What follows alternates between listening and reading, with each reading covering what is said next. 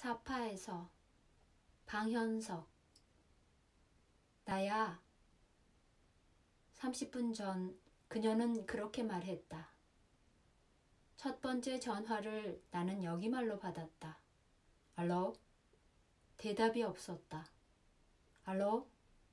분명 전화를 건 저편의 소음이 귓전을 울리는데 대답은 없었다. 그리고 뚝 전화가 끊어졌다. 휴대폰 화면에 찍힌 전화번호를 확인했다. 길고 낯선 번호였다. 비로소 나는 미세한 울림으로 귓전에 와닿던 숨소리가 어딘가 익숙하다는 것을 느꼈다. 그리고 다음 순간 나를 휩싼 예감은 잠시 숨을 멎게 만들기에 충분했다. 두 번째 전화가 걸려왔다. 나는 우리말로 받았다. 여보세요? 역시 대답이 없었지만 나는 더 분명한 숨결을 느꼈다. 아니다.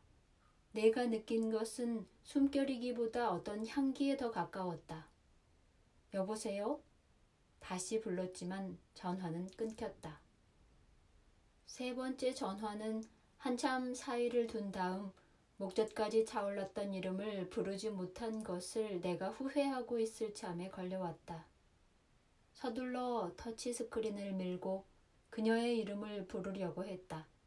그러나 내가 미처 말을 꺼내기 전에 저쪽에서 먼저 입을 뗐다.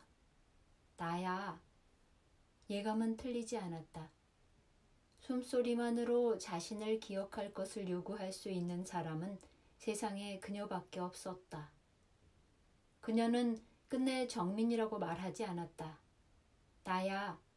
그건 자신이 나에게 어떤 설명도 필요치 않은 존재여야 한다는 그녀의 완강한 표현법이었다. 어디야? 공항. 어디? 여기. 정민. 그녀가 왔다. 나는 알 수 없다. 이 여자를 어떻게 해야 하나? 아니다. 문제는 그녀가 아니라 나다. 나를 어떻게 해야 하나?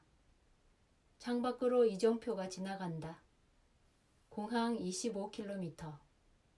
신도시 건설 사업이 벌어지고 있는 들판을 가로질러 승용차는 거침없이 달린다. 모내기를 하는 들판의 한가한 풍경은 속도감을 증폭시킨다. 가인을 어깨에 걸친 농부들이 빠르게 다가와서 뒤로 밀려난다. 뛰듯이 걸음을 옮길 때마다 왕대로 만든 가인은 어깨를 축으로 춤추듯 휘청거린다. 그녀와 나 사이의 거리는 이제 10km. 10분도 남아있지 않다. 그러나 나는 여전히 아무것도 알지 못한다. 거리가 줄어들고 시간이 다가온다고 해서 해결될 일은 애초부터 없었다. 그녀와 나 사이에서 내가 무엇을 어떻게 해볼 수 있었던 적은 한 번도 없었다.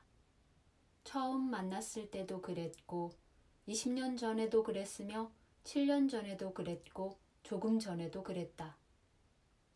뭘 그려? 목을 빼서 내 스케치북을 들여다보던 9살 여자애가 11살의 까까머리에게 물었다. 나는 바람에 흔들리는 여자애의 그림자를 훔쳐보며 퉁명스럽게 대답했다. 봄은 모르나 가스나야. 내 시선이 그림자와 이어진 여자애의 발로 옮겨갔다. 동구스름하게 파인 발등 위로 벨트가 붙은 까만 구두. 그 안에 앙증맞은 조그만 발이 담겨 있었다. 고개를 들지 않고 내가 볼 수 있었던 것은 하얀 스타킹을 신은 종아리까지였다. 스타킹을 신은 애를 본 것은 처음이었다. 진짜 같다.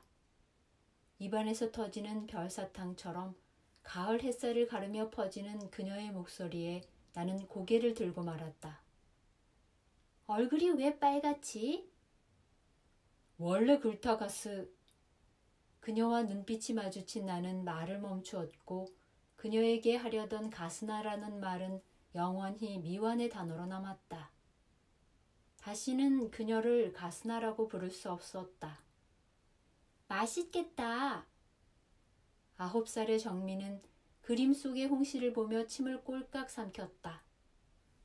바람이 하얀 목덜미의 짧은 움직임을 지우고 지나갔다. 물방울 무늬의 원피스를 입은 여자애의 눈길이 내 스케치북에 그려진 감나무에서 우리 집 담장 밖으로 팔을 내민 감나무를 향했다. 쨍쨍하던 오후의 햇살을 한순간에 바래게 만드는 눈빛이었다. 계집애의 머릿결을 살랑살랑 흔든 바람은 11살의 나를 아득하게 만들었다. 바람이 풀어헤친 그녀의 향기는 내가 키우던 토끼 한 쌍, 자귀새 한 마리는 물론이고 내가 그리던 꽃과 나무, 그 어떤 것의 향기와도 닮아있지 않았다. 그녀의 눈빛과 향기는 내게 그해의 늦가을 햇빛의 속삭임과 바람의 그림자로 기억되었다. 먹고 싶다. 감나무 꼭대기 높이 매달린 하나 남은 홍시를 보고 그렇게 말하는 그녀의 눈빛을 나는 거역할 수 없었다. 정민은 입국장 밖에 서 있다. 알이 큰 검은 선글라스를 머리에 걸친 채 하늘을 쳐다보고 있는 그녀를 나는 멀리서도 알아볼 수 있었다. 방어적이면서도 도도하고 어딘가 도발적인 자태는 변함이 없다. 나와 눈이 마주친 그녀는 피식 웃는다. 약간 여윈 듯해 보이는 뺨에 파이는 옅은 보조개가 어딜 가든 눈에 띄는 그녀의 외모를 더욱 도드라지게 만든다. 그녀의 체크무늬 원피스 옆에 서 있는 연두색 여행 가방의 손잡이를 뽑아드려는 나를 그녀가 불렀다. 강서구. 버릇없긴. 가스나가. 그 말은 오늘도 입 밖으로 나오지 못했다. 임정민. 이 가스나는 내가 얼마나 많이 이 단어를 입안으로 삼켜야 했는지 알 리 없다. 매너 없긴. 이런 데서 만나면 한번 안아줘야 하는 거 아냐? 나는 여행 가방에 손잡이를 쥔 채 어정쩡하게 그녀의 펼친 팔 안으로 상체를 기울인다. 내 왼뺨에 자신의 왼뺨을 부빈 다음 그녀는 내 오른뺨에 입맞춤을 한다. 가만히 있어도 도드라지는 그녀의 행동이 주변의 시선을 집중시켰지만 그런 것을 아랑곳할 정민이 아니었다. 원래 얼굴이 붉었었지. 붉어진 내 얼굴을 보고 그녀는 깔깔 웃었다. 마을 입구에 있는 그녀의 집에 가까워지면 난 미리 단거리 선수처럼 달렸다. 턱 밑에 찬 숨을 간신히 고르고 빨갛게 상기된 얼굴을 한 채 나는 그녀의 집을 지나치곤 했다. 나는 여행 가방을 끌고 앞장서 걷는다. 가방의 바퀴 소리 사이로 뒤따르는 그녀의 하이힐 소리에 맞춰 내 심장이 뛴다. 오른쪽 뺨에 남은 그녀의 흔적을 지우려는 바람을 비켜 걸으며 나는 주차장으로 향했다. 어떻게 왔어? 좀 쉬고 싶어.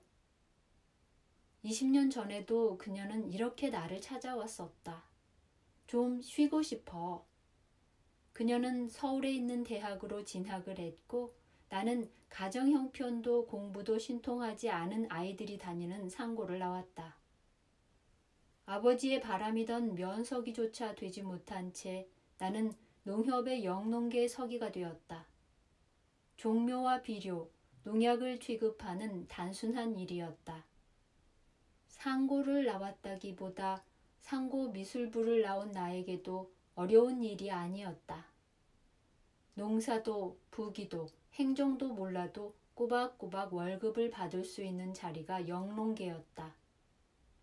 입고와 판매가 분주한 오전이 지나면 점심을 얻어먹고 창고 정리를 했다. 비료와 농약 냄새가 진동을 하는 창고 정리를 내켜 하는 사람은 아무도 없었다. 1시간 정도 땀을 뻘뻘 흘리며 창고 정리를 도맡아 하고 나면 떳떳이 밖으로 내뺄 수 있었다. 씻고 작황 둘러보고 계심더. 차마 영농 지도란 말은 쓰지 못했다. 작황 파악을 구실로 산으로 들로 나돌아다니며 스케치북을 채우는 낙으로 지내던 나날이었다. 대학에 다니던 그녀가 찾아왔던 날도 다르지 않았다. 동천강 뚝에 앉아 동대산 자락 아래로 펼쳐진 중보들판을 스케치북에 담아서 돌아오던 날을 그녀가 기다리고 있었다. 퇴근 시간에 맞추기 위해 자전거 페달을 부지런히 밟으며 달려오는데 농협 쪽으로 꺾어지는 시장통 모퉁이에 그녀가 거짓말처럼 서 있었다.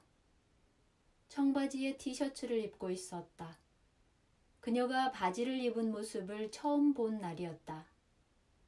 자전거를 돌려 그녀를 뒷자리에 태우고 동천강으로 나갔다. 이른 봄에 빈 들판을 가로질러 중보들판을 달리는 동안 내 온 신경은 허리에 집중되었다. 조심스럽게 내 허리를 잡은 그녀의 손길을 나는 온몸으로 느낄 수 있었다. 쉬고 싶어. 은어를 쫓아 얕은 강물을 첨벙거리며 뛰어다니던 아이들이 백사장으로 나와 몸을 말리는 풍경을 지켜보던 그녀가 말했다.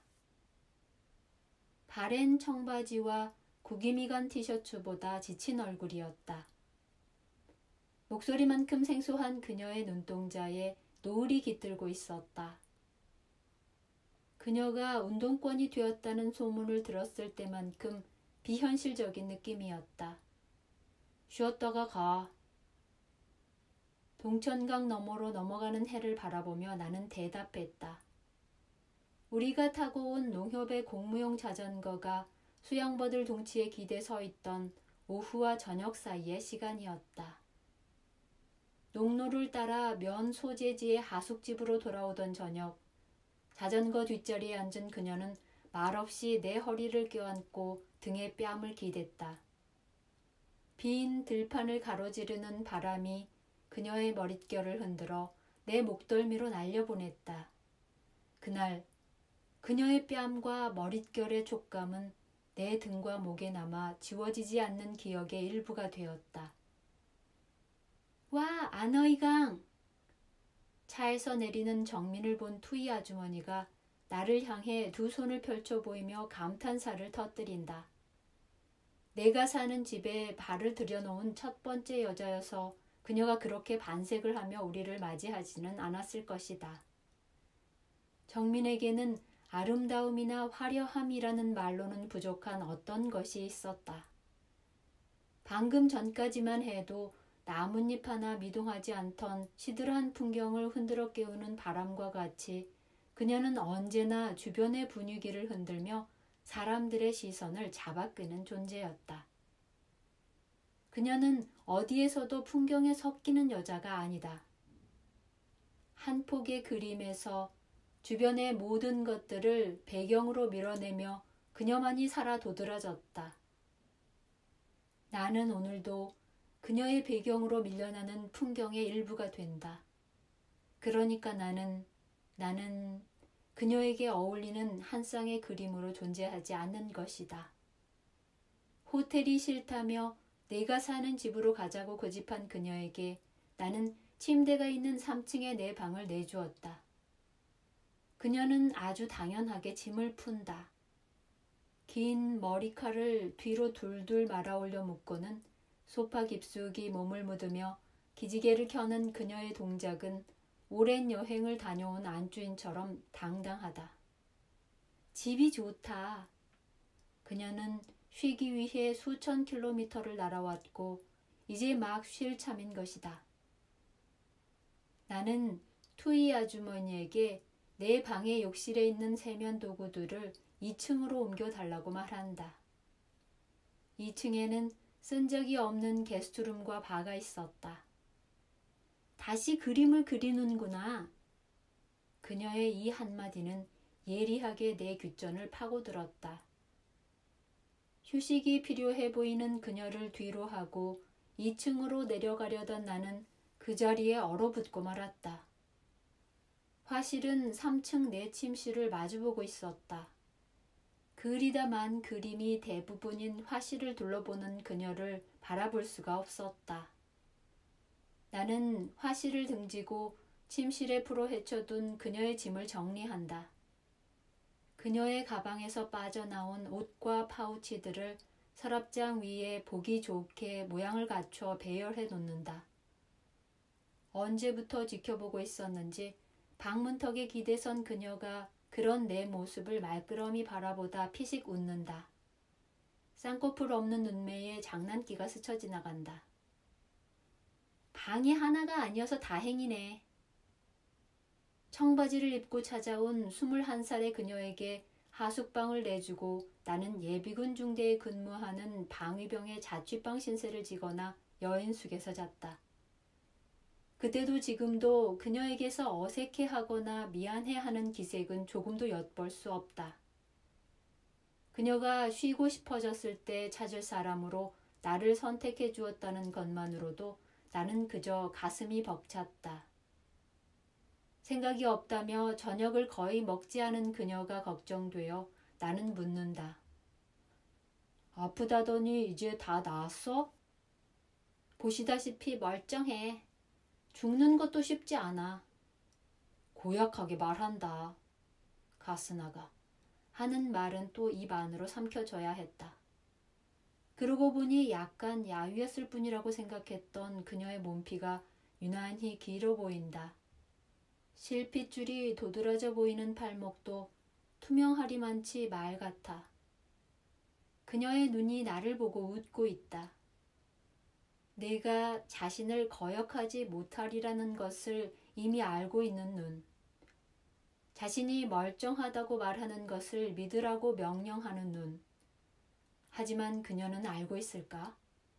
그녀가 아니라 그녀의 그 확신에 찬 눈웃음을 실망시킬 수가 없어서 내가 그녀에게 늘 이미 항복하고 만다는 것을. 나 아프다고 누가 그래? 지난해 동창회 갔더니 그러대. 그녀는 지난해 가을의 동창회에 나오지 않았다. 그녀가 아프다는 이야기가 오갔지만 자세히 아는 사람은 없었다. 한 학년이 한 반뿐이었던 초등학교의 총동창회에 그녀는 가끔 참석을 했다. 내가 여기에 온 다음에도 해마다 동창회에 맞춰 한국에 들어간 것은 그녀를 볼 수 있을지도 모른다는 기대 때문이었다. 하노이에서 뭘 할 거야? 사파에 가야지. 언제? 내일. 나는 달력을 본다. 내일이 3월 27일. 수요일이다. 3년 전 동창회에서 내가 사파의 3월 27일을 얘기했을 때 그 자리에 앉은 거의 모든 사람이 탄성을 터뜨리며 꼭 한번 오고 싶다고 했다. 그러나 어느 누구도 온 사람은 없었다. 사랑시장 얘기를 듣고 유일하게 아무런 반응을 보이지 않았던 정민이 지금 내 앞에서 내일 3월 27일에 사파에 가겠다고 말하고 있다. 사파에 다녀오기 위해서는 최소 사흘이 필요하다. 그래, 가자. 처리해야 할 일과 잡혀있는 일정은 생각하지 않기로 한다. 전화로 기차표를 알아보았다. 사파로 가는 기차는 야간에만 있었다. 오늘 기차는 이미 출발을 한 다음이었고 내일 밤 기차를 타면 모레 아침에나 도착할 수 있었다. 아침 7시 30분. 집 앞에 지프가 도착했다. 건기의 끝인가? 흐린 하늘에선 이슬비가 내린다. 운전기사 비는 한국 가요를 틀어놓고 우리를 맞이한다. 사랑이 또 나를 울게 하네요. 김범수의 노래가 구슬프게 이어졌고 오후 1시를 넘길 무렵 우리는 라오카이 성에 들어선다. 들판은 사라지고 구불구불한 산길만 하염없이 이어진다. 길가에 드문드문 있는 집 앞에는 팔기 위해 내놓은 장작더미만 소복하다. 민가를 제외하면 눈에 띄는 집이라곤 목재소뿐이다. 아무리 달려도 신호를 만날 수 없고 마주오는 차도 드문 도로에서 우리의 차를 멈춰 세우는 것은 태평스럽게 길을 가로지르는 개와 소가 전부다. 길 좌우의 비탈을 따라 이어지는 차밭의 풍경마저 지루해하던 참에 우리의 앞길을 가로막는 것은 어이없게도 닭들이다. 녀석들은 경적을 울려도 놀라지 않고 늠름한 보폭으로 도로를 가로지른다. 운전대를 잡은 비는 느긋하게 닭들의 횡단을 기다린다. 그놈들 참 늠름하네. 유유자적하게 도로를 횡단하는 닭들을 바라보며 그녀는 풋풋 웃는다. 백숙 한 그릇 하고 갈까? 어제 저녁부터 거의 먹은 것이 없는 그녀는 대답이 없다. 마침 길가에 매달린 허술한 간판이 내 눈에 들어온다. 티에투이 휴게소. 오후 2시가 가까운 시간이었다. 손님은 물론 주인마저 보이지 않는 휴게소에 차를 세웠다. 휴게소 뒤로 흐르는 개울에서 빨래를 하던 주인 여자는 어렵지 않게 늠름한 닭 2마리를 잡아왔다. 소금과 마늘만 넣고 삶아달라고 특별 주문을 했다. 그녀가 오늘 아침에도 흉내만 몇 번 내다가 수저를 내려놓은 이유가 베트남 음식에 빠지지 않는 향차의 냄새 때문일 것이라고 나는 짐작했다. 노란 국물과 함께 백숙이 나온다. 다리를 하나씩 나누어 들었는데 육질이 일품이다. 시장했던지 그녀도 다리 하나를 거의 다 먹었다. 라오카이 맥주를 2모금 홀짝이며 입가심을 한 그녀는 나른한 눈으로 나를 바라보았다. 내가 이 닭 잡자고 하지 않았어. 그럼 그래도 닭이 감나무 꼭대기에 매달려 있진 않아서 다행이네. 맛있겠다. 감나무 꼭대기에 매달린 하나 남은 홍시를 바라보며 9살의 그녀는 눈을 빛냈다. 저건 까치밥이야. 까치를 위해서 일부러 남겨둔 거야. 내가 그렇게 말했지만 그녀는 듣지 않았다. 내가 먹고 싶다고.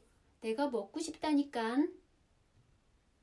부러진 가지와 함께 내가 그 감나무에서 떨어졌을 때 그녀는 입을 앙다물고 말했다. 내가 따달라고 하지 않았어. 그랬다. 그녀는 까치밥을 따달라고 말한 적이 없었다. 20년 전에도 그녀는 숨겨달라고 한 적이 없었다. 다만 쉬고 싶다고 했을 뿐이었다. 라오카이역에 도착한 것은 4시 25분이었다. 초행인 기사 빈이 역전에서 길을 묻는다. 라오카이의 주도로인데도 우엔회 거리는 한적하다. 주유소 앞 로터리에 사파로 가는 이종표가 서 있다. 10분쯤 달렸을까? 산으로 접어들며 도로의 폭이 줄어들었다. 사파로 올라가는 구비구비 산길에서 나무 등짐을 맨 아이들이 노을을 등지고 내려오며 손을 흔든다. 지프는 가쁜 숨을 몰아쉬며 언덕길을 차고 올라간다. 건너편 산중턱에 장식처럼 박힌 작은 집과 도로 아래 언덕에 붙어있는 앙증맞은 초등학교는 저녁의 산그늘에 잠겨가고 있다. 저 학교구나. 나는 놀란다. 그리다 말고 3층 화실에 방치해둔 그림의 실물을 그녀는 스쳐가는 풍경 속에서 놓치지 않고 찾아냈다. 왜 마저 그리지 않았어? 인물은 왜 죄다 그리다 말아? 내가 모델 한번 돼줄까? 모델료는 안 받아도 되는데 어때? 미친 가스나 라는 고함이 터져 나오려는 걸 나는 간신히 참았다. 하얗게 질린 내 얼굴을 보며 그녀는 비웃음인지 실소인지 알 수 없는 웃음을 터뜨린다. 나는 반대편 창밖으로 시선을 돌려버린다. 그녀가 뭘 알고 하는 말인지 그냥 툭 던져본 말인지 알 수 없어 혼란스럽다. 나는 그녀를 다시 쳐다볼 엄두가 나지 않는데 콧노래를 흥얼거리기 시작한 그녀는 심지어 명랑해 보이기까지 한다. 하노이에 와서 다시 붓을 잡았지만 그림이 인물에 이르면 나는 번번이 뒤로 물러서고 말았다. 그녀는 보았을까? 내가 20년 전에 그렸던 그녀와 그녀의 연인을. 그해 봄, 서울에서 내려온 수사관들과 나는 울산의 분실에서 일주일을 보냈다. 나에게는 일생보다 긴 시간이었다. 그들의 입을 통해 나는 그녀가 가입했다는 노동해방이란 말로 시작되는 거창한 조직의 이름을 처음 들었다. 나는 그녀가 어떤 노동을 해본 적이 있는지 알지 못했다. 어떤 노동도 해본 적이 없는 그녀에게 해방되어야 할 어떤 억압이 있었는지는 더욱 알 수 없었다. 그렇지만 울산 지역의 공단 노동자와 농민, 학생의 연대 조직인 노농학생동맹의 조직책으로 파견되어 온 것이 그녀고 내가 농의총책으로 그려진 도표는 하루하루 가지를 쳤다. 내가 버틴 곳은 고작 이틀이었다. 그것도 무엇을 알아서가 아니라 그들의 말이 너무나 비현실적으로 들렸기 때문이었다. 사흘째부터는 욕조에 물 받는 소리만 들려도 나는 그들에게 필요한 것이 무엇인지를 먼저 서둘러 물었다.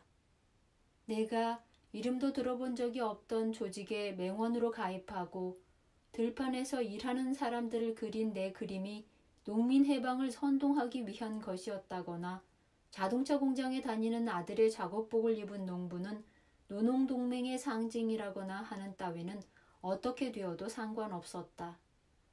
내가 견딜 수 없었던 것은 다른 것들이었다. 몇 번 했어? 뭐로요? 임정민이랑 몇 번 했냐고 임마.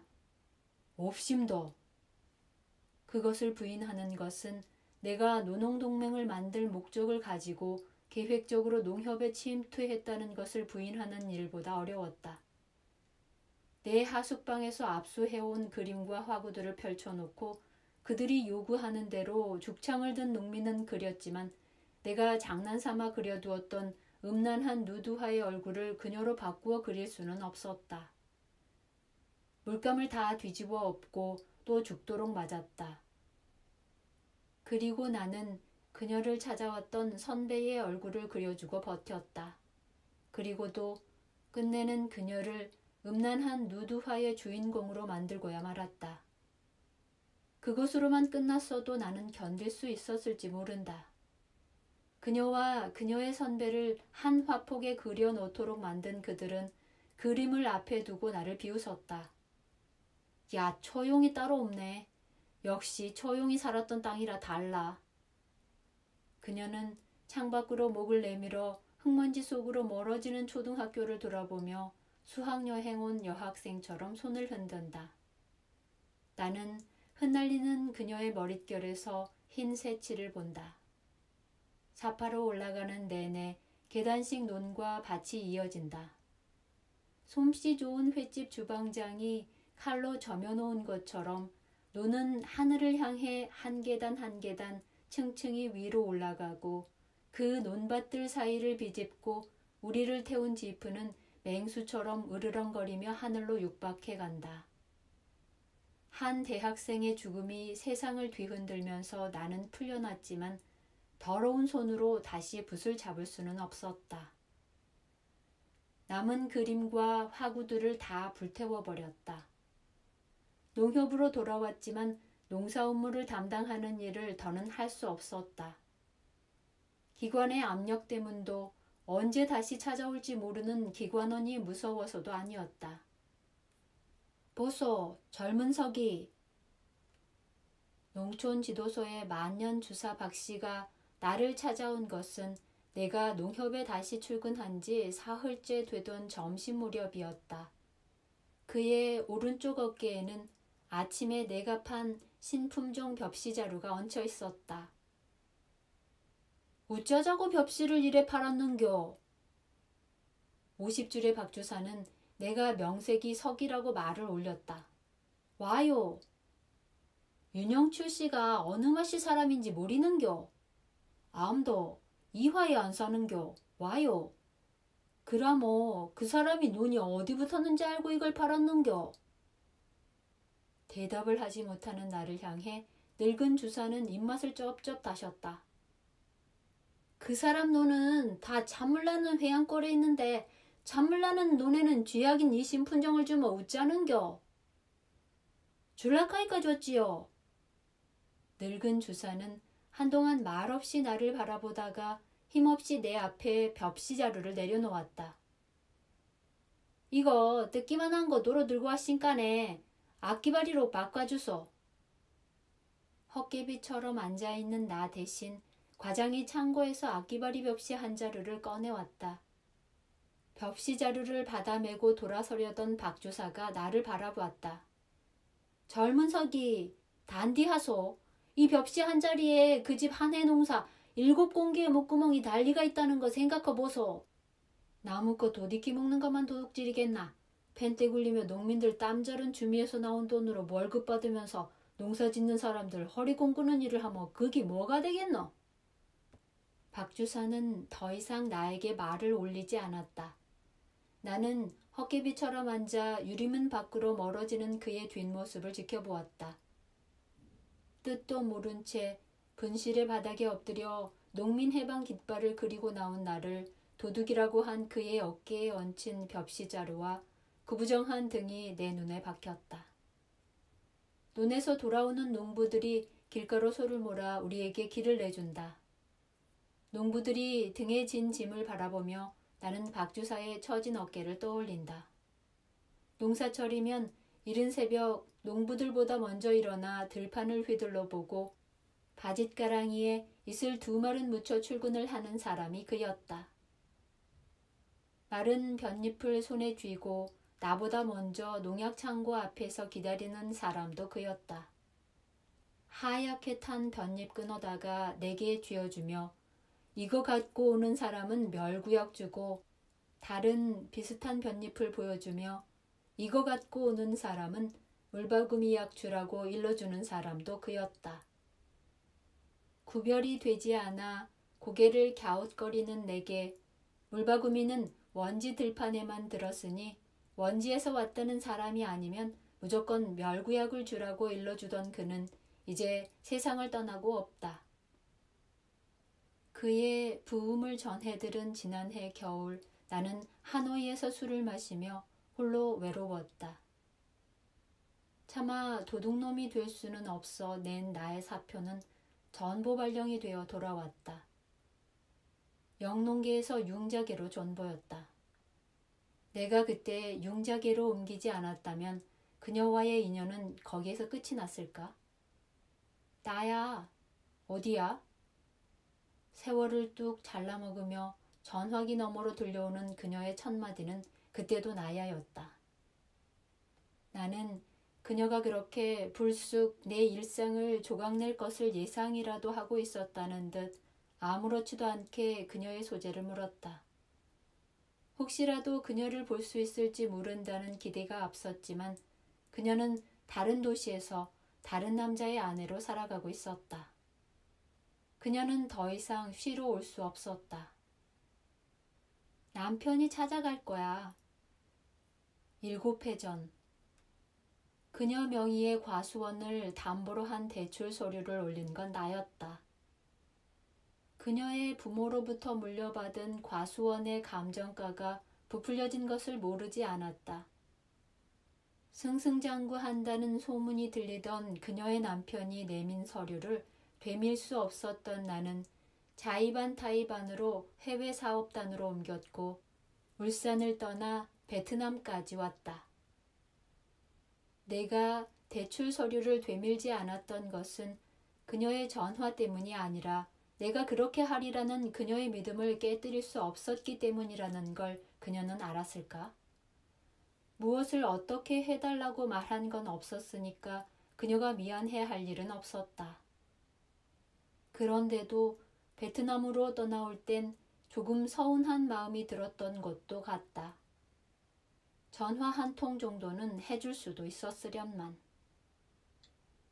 예약해둔 쪼우롱 사파 호텔의 여장을 푼 나는 로비에서 그녀가 내려오기를 기다린다. 사파 시장 아래에 있는 쪼우롱 사파는 사파에서 가장 오래된 호텔이지만 깔끔하고 운치가 있다. 무엇보다 투옌 방향의 계곡이 한눈에 내려다 보이는 바깥 전경은 언제 보아도 매혹적이다. 무료로 내주는 차를 손에 들고 그녀가 내려올 계단을 지켜보고 있는데 누군가 뒤에서 내 어깨를 친다. 그녀다.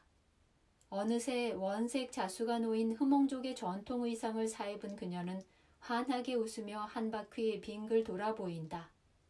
괜찮아? 멋져. 그럼 가. 사파의 밤은 서늘하다. 긴팔 옷을 껴입고 나왔는데도 그렇다. 성당을 거쳐 시장으로 이어지는 경사진 길에는 길게 노점이 펼쳐져 있다. 음식을 익히고 굽는 숯불 연기가 모락모락 피어나는 좌판에는 제각기 다른 음식이 놓여 있지만 술과 꼬치고기, 대나무밥은 어느 집에나 있는 필수 품목이다. 밀주를 파는 노점의 젊은 아가씨가 나를 향해 노래를 던진다. 멀리서 온 그대, 구름보다 높은 산이 있는 마을에서 오셨나요? 샘물이 솟아오르는 깊은 계곡이 있는 마을에서 오셨나요? 좌우조김을 표시하는 문양의 모자를 쓴 젊은 아가씨가 던지는 노래는 사랑시장에서 주고받는 노래의 첫 구절이었다. 아름다운 그대, 제 마을은 아주 멀어요. 해가 9번 뜰 때까지 가야 하지요. 달이 10번 질 때까지 가야 하지요. 나는 아가씨의 노래를 받으며 안진뱅이 의자에 앉는다. 뜻밖의 화답에 깜짝 놀라며 아가씨는 나에게 일본인이냐고 묻는다. 나는 고개를 저으며 더 먼 나라, 해가 99번 뜰 때까지 가야 하고 달이 100번 질 때까지 가야 하는 나라 한국에서 왔다고 대답한다. 멀지 않아라. 내 사랑의 노래가 건너지 못할 계곡 없어라. 내게 술병을 내주며 좌우족 아가씨는 노래를 이었다. 멀지 않아라. 내 그리움의 노래가 넘지 못할 산은 없어라. 내 화답에 아가씨는 내 옆에 앉은 정민에게 술잔을 내밀며 낭창낭창 노래를 이어간다. 내 사랑이 오는 시장은 밤이 깊어서야 열리지요. 그대 여기 내 술 한 잔 받아요. 누룩을 발효시켜 만든 사파의 전통주 지오네베 향기는 감미롭다. 도수가 만만치 않은 술인데도 혀에 착 감긴다. 주저하던 정민도 내가 마시는 것을 보고는 잔을 비운다. 밥은 대나무 안에 들어있다. 대나무 통을 쪼개서 그 안에 익어있는 찰밥을 꺼내 우리는 술안주로 삼는다. 하이네켄도 아니고 하노이 맥주도 아닌 라오카이 맥주조차 아닌 지오넵을 한 입에 털어넣는 이방인을 발견한 악사가 우리 앞에 멈춰 선다. 노점을 순례하는 거리의 악사는 자신의 성을 벙이라고 소개한다. 흐멍족이었다. 기타 모양의 전통악기 당흥윗을 든 악사의 옆에 붙어서 있는 9살 소녀는 그의 아들이었다. 악사가 당흥윗을 치는 사이사이로 소녀는 대나무로 만든 실로폰 단트롱을 두드린다. 우리를 위해 정열적인 사랑 노래를 연주하는 소년의 앙증맞은 손을 경이롭게 바라보는 정민의 눈빛에서 9살의 그녀를 본다. 우리를 좀 슬프게 해주세요. 흐몽족인 그는 신통치 않은 내 베트남어 발음을 잘 알아듣지 못한다. 단보우를 들려달라고요. 내가 그렇게 말하자 그는 비로소 당홍잇을 내려놓고 어깨에 메고 있던 일현금을 벗어든다. 난 당신의 딸을 책임지지 못해요. 그는 내게 딸을 버리려면 단보우를 들려주라는 베트남 속담을 환기시켰다. 단 한 줄의 여율로 마음을 빼앗아가는 악기가 단보우였기 때문이다. 걱정 마세요. 이 여인은 내 딸이 아니라오. 악사의 떨리는 손끝에서 울려나오는 단보우의 간절한 선율과 소년이 치는 단트롱의 청아한 음향에 정민의 시선은 난포불처럼 흔들린다. 밤은 짧고 낮은 길어 우리 만남은 이토록 짧고 이별은 또 저토록 길어라. 그래도 오지 않는 밤은 없어라. 악사 부자의 연주를 타고 흐르는 주인 아가씨의 노래가 제목처럼 애달프다. 긴 이별, 짧은 만남. 노래를 듣는 정민의 눈빛이 아득하다. 부자 악사에게 대통밥을 시켜주었다. 아버지에게는 술 한 잔을, 아이에게는 콜라와 꼬치 한 주를 추가했다. 프랑스 맥주 크로넨버그 1664 블랑을 훌쩍거리며 우리를 흥미로운 눈길로 지켜보고 있던 옆자리의 프랑스인 남자가 나에게 묻는다. 당신들도 1년 만에 만나는 연인인가? 나는 고개를 돌려 정민에게 대답을 미룬다. 우린 오늘 처음 만났다. 그녀의 대답에 프랑스인 남자의 옆에 앉아 담배를 피우던 여성이 탄성을 터뜨리며 엄지를 내민다. 와우. 우린 매년 여기에서 만나지요. 프랑스인 남자는 지그시 눈을 감는다. 하긴 베트남 서북고원지대의 풍광을 보겠다는 일념으로 항공편도 없는 사파까지 찾아오는 부지런한 여행객이 얼마나 있겠는가. 사파는 공간이 아니라 시간이고 아름다운 풍경이 아니라 간절한 이야기의 연대기인 것을. 그들도 전설이 된 사랑을 찾아 지구 반대편에서 여기까지 찾아온 것이다. 그런데 그들의 사랑이 아니라 남자의 손에 들린 맥주병과 여자의 긴 손톱 사이에 아슬아슬하게 끼어있는 검은 담배 블랙데빌이 눈에 거슬린 나는 사파까지 온 크로넨버그 1664 블랑의 김을 빼버리고 싶어졌다. 그렇지만 이건 진짜가 아닌걸요. 요기를 마치고 악기를 챙겨드는 악사를 따라 일어서며 내가 그들에게 툭 던진 한마디가 화근이었다. 그게 무슨 말이야? 그렇게 물은 건 정민이었다. 시장 쪽에서 노랫소리가 들려오기 시작했다. 나는 서둘러 악사를 따라 걸으며 별말 아니라고 대답한다. 난 진짜 사랑시장에 가고 싶어. 걸음을 멈춘 그녀의 눈빛을 보고 나는 멍해진다. 그녀의 고집이 시작되었다. 진짜 사랑시장은 이제 없어. 그럼 난 가지 않겠어. 이곳 서북 산악지대에서 마을을 이루고 살아온 후몽족과 짜이족, 자오족을 비롯한 소수민족들은 비슷한 혼인제도를 가지고 있다. 정년기가 된 처녀는 마을 제사장의 중매를 통해 얼굴도 모르는 청년과 결혼을 하고 정든 산자락을 뒤로 한 채 낯선 마을로 떠나야 한다.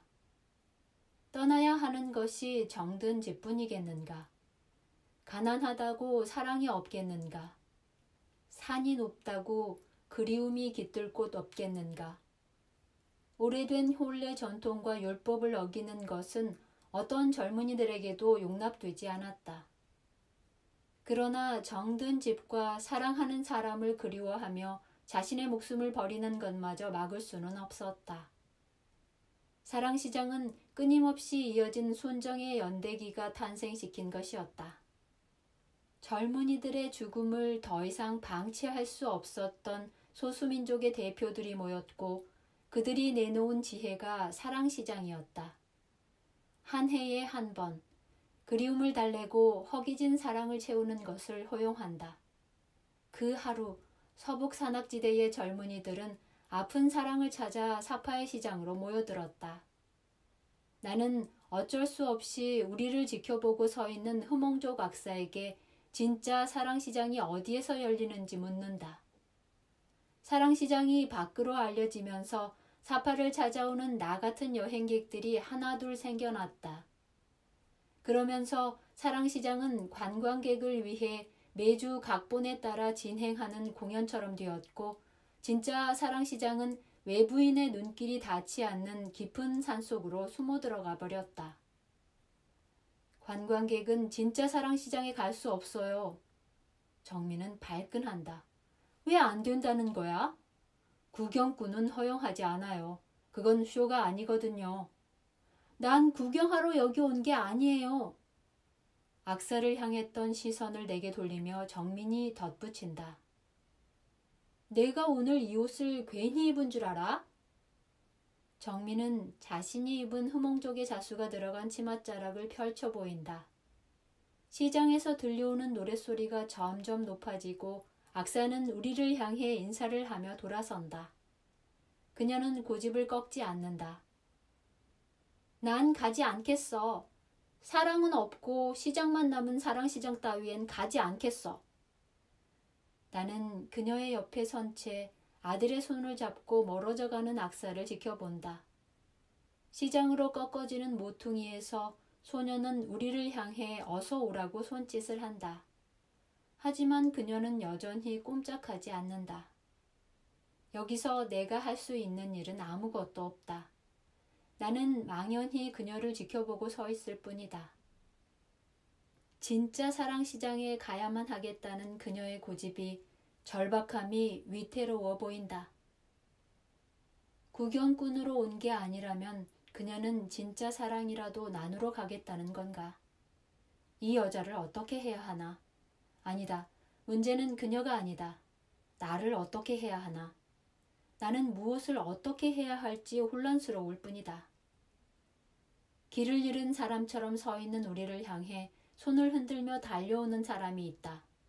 악사의 아들이다. 내가 알아요.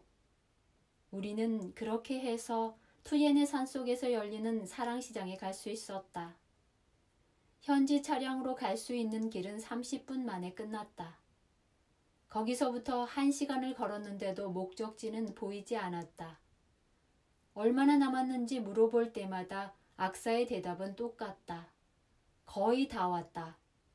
30분 전에도 그랬다. 사방을 둘러보아도 불빛 한 점 보이지 않는다. 점점 커지는 불안감을 억누르며 나는 휴대폰의 터치스크린을 밀어본다. 통화권 이탈 지역 표시등이 여전히 켜져 있다. 4차례나 발을 헛디뎌 넘어진 정민은 가쁜 숨을 몰아쉬며 길바닥에 주저앉는다. 달빛에 비친 그녀의 이마엔 땀이 흥건하고 얼굴은 창백하다. 아무래도 무리야. 이 사람들도 믿을 수 없어. 여기서 돌아가자. 그녀는 고개를 저으며 어깨에 맨 손가방의 지퍼를 연다. 약이다. 뭐야? 비타민. 비타민을 몇 알씩 분리 포장하지 않는다는 것쯤은 나도 알았다. 물 없어? 나는 악사에게 물을 가지고 있는지 물어본다. 없다. 거기 가면 물이 있다. 왠지 친절하지 않게 느껴지는 그의 대답에 나는 더 불안해진다. 서로 금슬이 아주 좋았던 우리 마을의 어떤 부부 얘기 하나 해줄까요? 경계심이 어린 내 눈빛을 읽었는지 악사는 엉뚱한 얘기를 꺼낸다. 해마다 사랑시장이 열리는 날이면 이 부부는 이른 아침에 함께 손을 잡고 집을 나섰습니다. 마을을 벗어나면 몸이 약한 아내를 소의 등에 태우고 남편은 고삐를 잡은 채 앞장서 걸어갔지요. 악사가 이야기를 늘어놓는 사이 소년이 숲속으로 사라졌다. 나의 불안감은 한껏 치솟았다. 악사의 이야기가 이어졌지만 나의 온 신경은 소년이 사라진 숲을 향해 곤두섰다. 정민의 고집을 막지 못한 것이 후회스럽기 그지없었다. 지금이라도 정민을 데리고 돌아가고 싶은 마음 간절했지만 되돌아가는 길을 찾을 자신이 없다. 가야 할 길을 감추고 있는 어둠은 지나온 길을 이미 지워버렸다. 악사의 이야기가 끝나기 전에 소년이 어둠을 뚫고 달려왔다. 나는 안도의 한숨을 내쉬었고 악사는 이야기를 계속했다. 사랑시장에 도착하면 그들 부부도 다른 사람들처럼 서로의 사랑을 찾아 헤어졌지요. 가쁜 숨을 몰아쉬며 소년이 정민에게 내민 것은 콜라병이었다.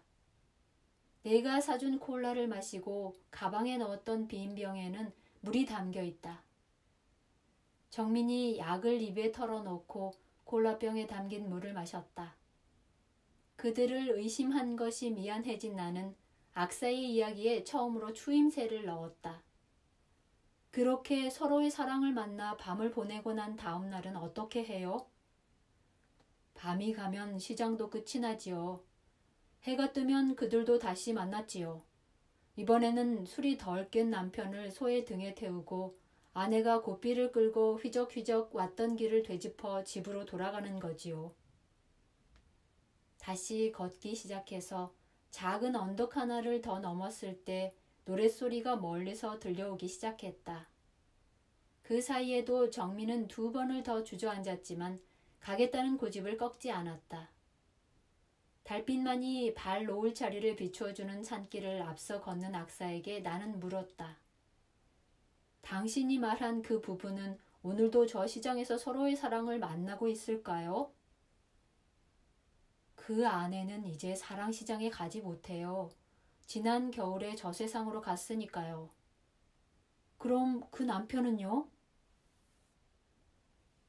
더는 묻지 말아야 했다. 그런데 호기심이 내 입을 움직였다. 그 남편은 사랑시장에 가지 않나요? 여기에 있으니 거기에는 없겠죠. 로이, 신로이, 미안, 정말 미안하다고 나는 몇 번이고 그에게 사과했다. 그 남편은 애초에 시장에서 찾을 사랑이 없었어요. 그 아내만이 그의 사랑이었으니까요. 아내가 사랑을 찾아 떠난 그 하룻밤 그에겐 술만이 친구가 되어주었죠. 어둠이 거칠 때까지 마시고 또 마시며 담보울을 뜯다가 날이 새면 아내가 끄는 소의 등에 실려 집으로 돌아갔지요. 그에게 사랑은 사랑시장에서만 없었지요. 나는 하마터면 정민에게 눈물을 들킬 뻔했다. 악사의 뒤를 따르고 있는 소녀는 누구의 아들일까? 노랫소리는 점점 가까워지고 있었다. 우리는 한 장의 사진도 찍지 않고 한 글자의 기록도 하지 않고 한마디의 말도 옮기지 않겠다고 서약하고 참여를 허락받았다. 투엔의 사랑시장에서는 춤과 노래가 끊어지지 않았다. 술이 떨어지지 않았다. 닭은 아침을 기다려서야 목청껏 울고 개울은 달이 뜨기를 기다려서야 졸졸 소리내어 흐르고 저는 밤시장이 오기를 기다려서야 사랑을 얘기하지요. 온 마음을 다해 그대를 사랑해요. 목청껏 그대를 그리워해요. 이 삶이 다하도록 그대를 사랑해요. 돌 위에 꽃이 필 때까지, 돌뿌리에 싹이 틀 때까지 전 기다리고 또 기다려요. 고백의 노래는 투엔의 숲 구석구석으로 스며들었다. 노래를 주고받으며 춤을 추던 연인들이 사라진 숲으로 정민은 나를 이끌었다. 이래도 괜찮을까? 나는 무엇이 두려워서 가슴을 쿵쾅거렸던 것일까? 그녀일까? 아니면 나 자신이었을까? 당신에게는 아직도 괜찮지 않은 무엇이 남아있어? 난 내가 정말 사랑했던 것을 무덤 뒤의 날들로 미뤄둔 채 인생을 끝내지는 않기로 했어. 그녀는 단호하게 말하지만 나는 대답하지 못한다. 그녀가 정말 사랑했던 것에 내가 속한다고 나는 감히 확신할 수 없었다. 나를 사랑한다고 말하는 것을 믿으라고 명령하는 눈. 그녀의 그 황홀한 눈웃음을 나는 다만 거역할 수 없었을 뿐이다. 1년에 오늘 하루는 널 기다려도 되는 거야? 나는 그녀의 마법에 걸려든 11살의 눈먼 소년처럼 헛된 주문을 웬다. 그래, 1년에 단 하루쯤은 내게도 너를 안을 자격이 있지 않을까? 그래도 괜찮지 않을까? 그런데 내게 오늘이 한 번은 더 허락될까? 2번쯤만 더 내게 허락된다면 좋을 텐데. 무슨 소리를 하는 거야, 이 가스나야? 가스나. 나는 끝내 그 말을 뱉고야 말았다. 눈을 떴을 땐 새벽녘이었다. 옆 침대에 잠들어 있는 그녀의 팔과 다리는 온통 상처투성이다. 내 팔과 무릎도 성치 않기는 마찬가지다. 침대 사이에 탁자 위에 놓인 그녀의 작은 가방에는 약이 가득하다. 발코니로 나가 투엔 방향의 능선을 바라본다. 지난밤 기진한 그녀를 업고 돌아온 길을 가늠해본다. 숨이 막힐 것 같다. 깎아지른 언덕 위에 자리 잡은 호텔과 투엔 사이의 깊은 골짜기는 안개로 가득 채워져 있고 산봉우리만 검게 형체를 드러내고 있다.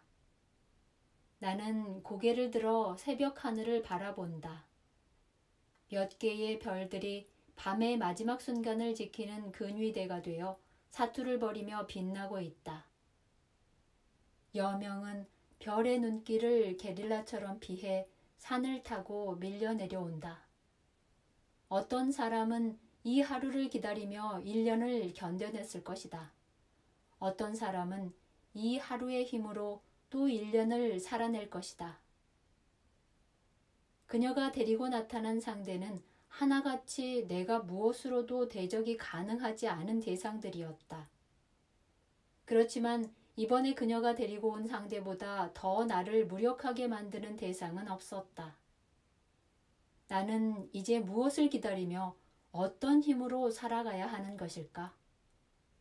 아득하고 자신이 없어지는 새벽이다.